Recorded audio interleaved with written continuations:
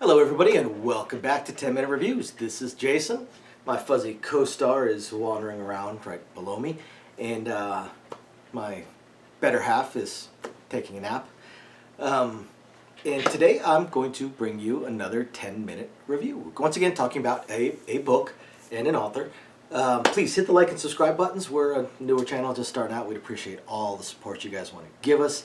Don't worry, we're still regardless going to be putting out these videos because we could talk about books forever. The hard part is keeping them at 10 minutes or less. As always, I'm going to talk about four things. I'm going to talk about the world, the characters, the plot, and the writing style. Today's book is going back within one of those genres that don't get reviewed all that often, the harem lit genre. And this one is an interesting combination because it's a combination of fantasy, lit RPG, and the harem type genres. Generally what I look at is, with one of these books, if you were to rip out all the adult pages, would you still have a good book? In this case, I'd have to say yes.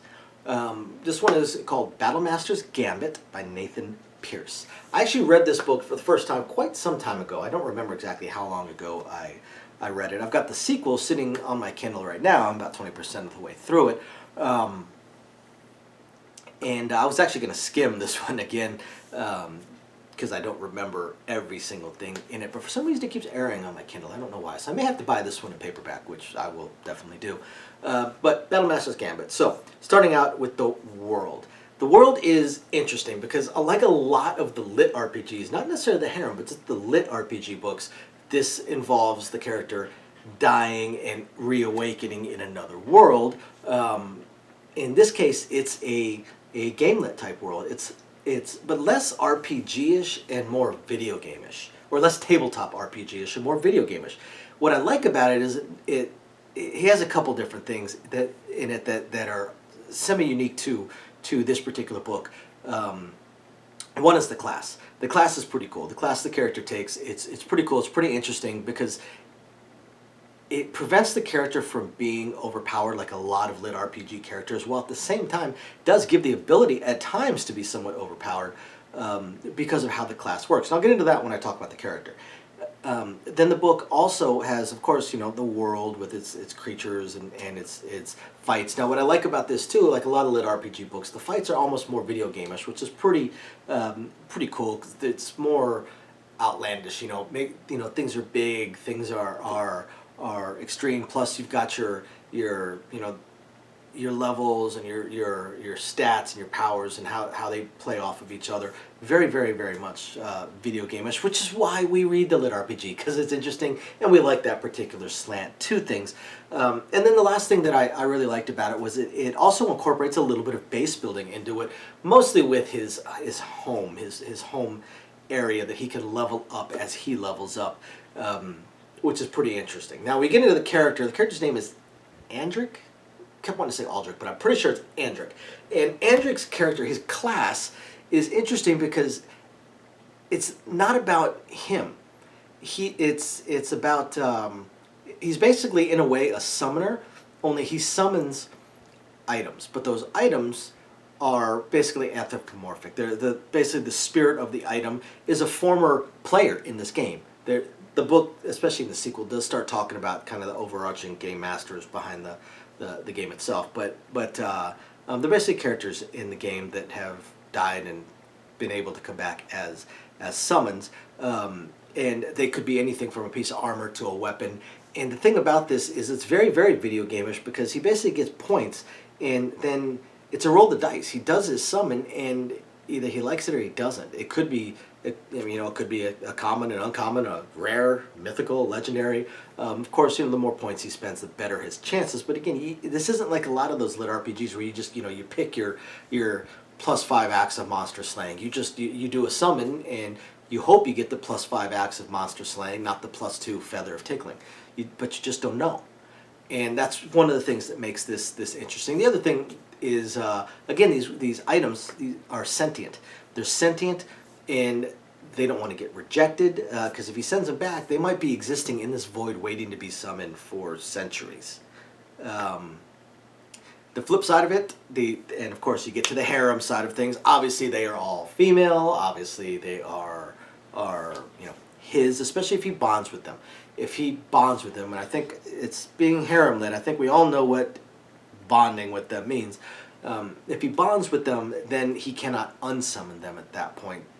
So it's an interesting slant to the lit RPG and the harem. And again, with his character, he himself doesn't necessarily level up. It's more about leveling up these items. He can level up the items. So without his armor on, he's pretty squishy. With his armor on, now you see his abilities and his power as a lit RPG gamelit type of character. So it's pretty cool. He's both not overpowered and can be overpowered. His items have powers, have abilities. He levels them up. They get more abilities, more spells. And again, because they are sentient, they can also act on their own, which certainly helps. Sometimes you do get a little bit of the Deus Ex Machina when one of his items, especially his armor, comes out of the blue to save him.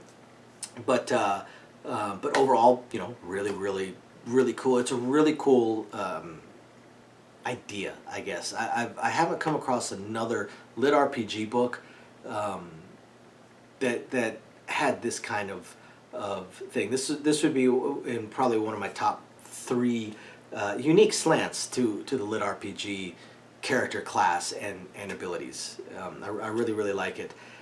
Now, as far as the other characters, of course, the harem characters, they're pretty much all his items, almost. He does end up with a thrall, which is basically a system enforced, magically enforced, almost slave in a way. And that is one thing that is one of the more questionable aspects, not of the writing style or of the book, but just of what would be more questionable in the scenario is that technically all these items are slaves. He owns them, he summons them, he can reject them and send them back to basically prison for thousands of years to just float through the void, or he can hold on to them, but he basically owns them, especially once he bonds with them. Same thing with the thrall. Now the character tries to be a decent person, always talks about doesn't believe in slavery, doesn't believe in stuff like that,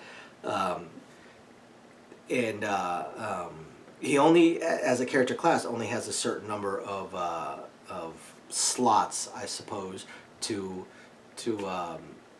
bond with. Now, as he levels up, he can get more slots. That's how he'll be able to get more slots. I might only have 2 armor slots, 2 weapon slots, and like an accessory slot to start off with. As far as the plot goes, the plot in the first book really, for the most part, is understanding.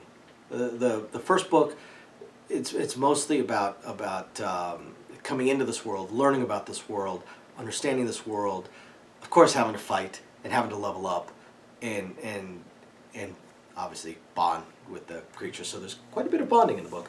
But it's mostly the character kind of finding themselves within this world. And there's definitely some unanswered questions in there, especially questions that the character doesn't answer. Now on the harem lit side of things, if you like the harem books, you definitely like this one, because they kind of fall out of the woodwork.